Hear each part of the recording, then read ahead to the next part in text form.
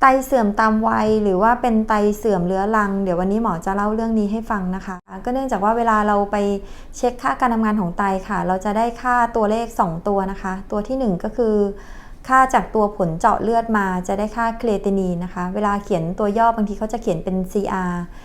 ลักษณะแบบนี้นะคะหลังจากนั้นค่ะเขาจะนำค่าเครียตินีนนะคะมา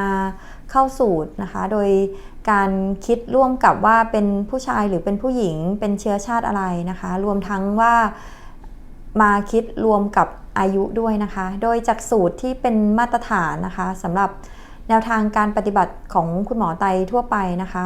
ในสูตรมาตรฐานที่แนะนำให้ใช้ก็คือสูตรของ CKD EPI นะคะในสูตรนี้ค่ะเขาจะใช้ค่าของอายุของผู้ป่วยนะคะเป็นตัวหารดังนั้นท่านใดที่ยิ่งมีอายุสูงมากขึ้นเท่าไหร่พอหารตัวเลขไปนะคะก็จะทำให้ค่าการทำงานของไตคือตัว eGFR นี้นะคะยิ่งน้อยลงไปเรื่อยๆนะคะแล้วก็การแปลผลคำนิยามของการที่จะบอกว่าผู้ป่วยเป็นไตเรื้อรังหรือยังนะคะในสูตรนี้ค่ะเขาจะหมายถึงในคนไข้ที่ GFR เนี่ยค่ะน้อยกว่า60จะถือว่าเป็นไตเรื้อรังเลยนะคะดังนั้นก็จะมีมักจะเป็นในผู้ป่วยที่สูงอายุนะคะแล้วก็บางทีแข็งแรงสบายดีมาตลอดเลยแล้วก็เช็คเลือดครั้งแรกเลยนะคะก็เจอว่าเปอร์เซ็นต์ไตก็คือ eGFR เนี่ยค่ะน้อยกว่า60ก็จะเริ่มเกิดความกังวลใจแล้วว่าเป็นโรคไตจริงๆหรือเปล่าหรือว่าเป็นแค่ไตเสื่อมตามอายุนะคะซึ่งจริงๆแล้วค่ะในนิยามของคำว่าไตเสื่อมตามอายุหรือว่าเป็นโรคไตจริงๆเนี่ยแนวทางการปฏิบัติเนี่ยค่ะยังไม่ได้มีคำนิยามไหนที่ออกมาชัดเจนว่าอันนี้แปลความว่าอายุเท่านี้แล้วก็เปอร์เซ็นต์ไตต้องประมาณเท่านี้นะคะยังไม่ได้มีการออกมาชัดเจนแบบนี้แต่ก็เนื่องจากว่าประโยชน์ในการที่เราจะให้นิยามเพื่อจะนิยามคนไข้ว่าเป็นโรคไตเรื้อรังเนี่ยประโยชน์จะเพื่อการดูแลผู้ป่วยนะคะอย่างเช่นว่าท่านใดที่อาจจะยังไม่เคยรู้ใช่ไหมคะว่าตัวเองเป็นโรคไตมาก่อนเนี่ยพอรู้ปุ๊บก็จะมีการอย่างน้อยๆยังต้องมีการกังวลใจแน่ๆนะคะแต่หลังจากนั้นเนี่ยค่ะก็จะเกิดการที่ว่าจะมาตรวจดูซิว่าเป็นโรคไตเพราะอะไรนะคะแล้วก็รวมทั้งเรียนรู้ว่าจำเป็นจะต้องมีการปฏิบัติตัวแบบไหนทานอาหารอย่างไรต้องทานยาไหมนะคะต้องหลีกเลี่ยงอะไรบ้างอย่างนี้เป็นต้นนะคะจะมีภาวะแทรกซ้อนอะไรที่จำเป็นจะต้องระวังหรือมีภาวะแทรกซ้อนแบบไหนที่ถ้าเกิดมีอาการแล้วจำเป็นจะต้องรีบไปหาคุณหมออันนี้ก็จะเป็นประโยชน์ในการที่ผู้ป่วยจะใช้ดูแลตัวเองใช่ไหมคะอย่างไรก็ตามค่ะจะมีผู้ป่วยอีกกลุ่มหนึ่งนะคะที่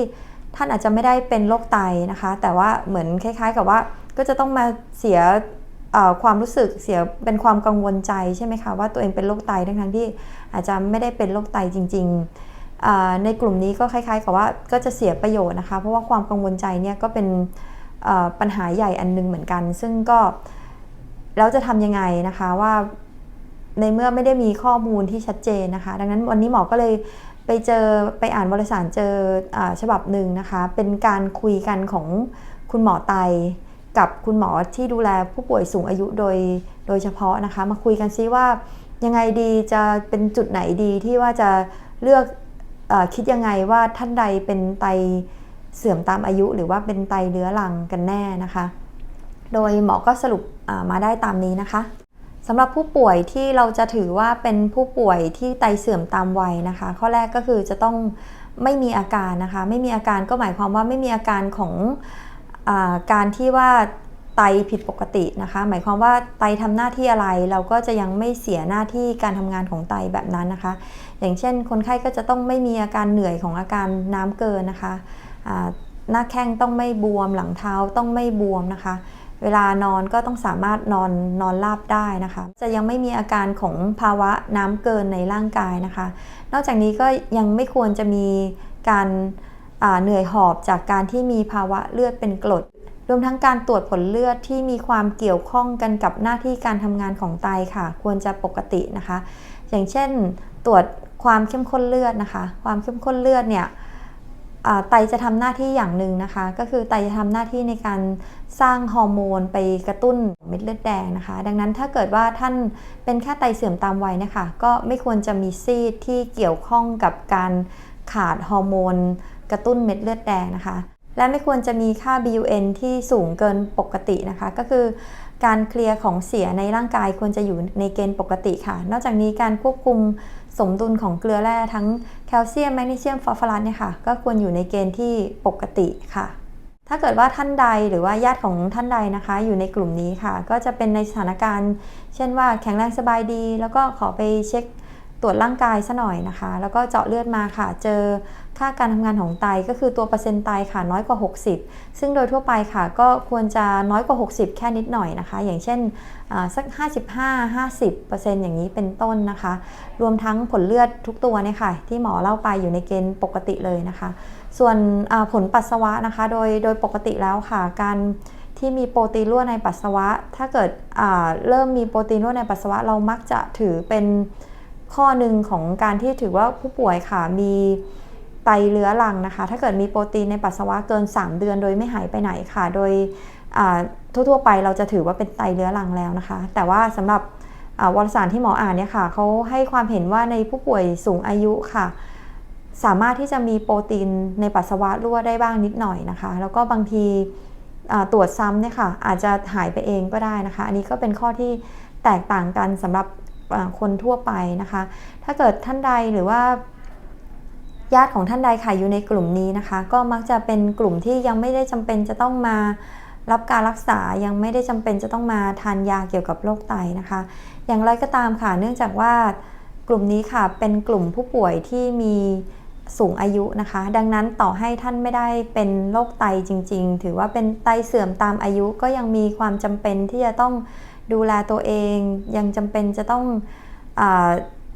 มีความรู้ในการที่จะปกป้องตัวเองไม่ให้เป็นโรคไตนะคะอย่างเช่นว่าต่อให้ตอนนี้นะคะยังไม่ได้มีความเสี่ยงอะไรนะคะก็ควรจะตรวจสุขภาพเป็นประจำนะคะยังควรจะลดอาหารเค็มนะคะยาในกลุ่มที่มีผลกับไตค่ะแม้ว่าจะเป็นไตเสื่อมตามอายุแต่ว่ายาในกลุ่มที่มีผลกับไตโดยเฉพาะยาในกลุ่มเอนเซดอันนี้หมอก็อันนี้แนะนำเพิ่มเติมนะคะก็ควรจะทานให้น้อยที่สุดหรือว่าเลี่ยงไปเลยนะคะส่วนอีกกลุ่มหนึ่งซึ่งเราจะถือว่ากลุ่มนี้เป็นผู้ป่วยไตเรื้อรังจริงๆนะคะกลุ่มนี้ก็จะเป็นกลุ่มผู้ป่วยที่มีเปอร์เซ็นต์การทำงานของไตน้อยกว่า60นะคะร่วมกับว่ามีอาการผิดปกติของโรคไตแล้วรวมทั้งมีผลเลือดผิดปกติแล้วนะคะกลุ่มนี้มักจะพบในผู้ป่วยที่มี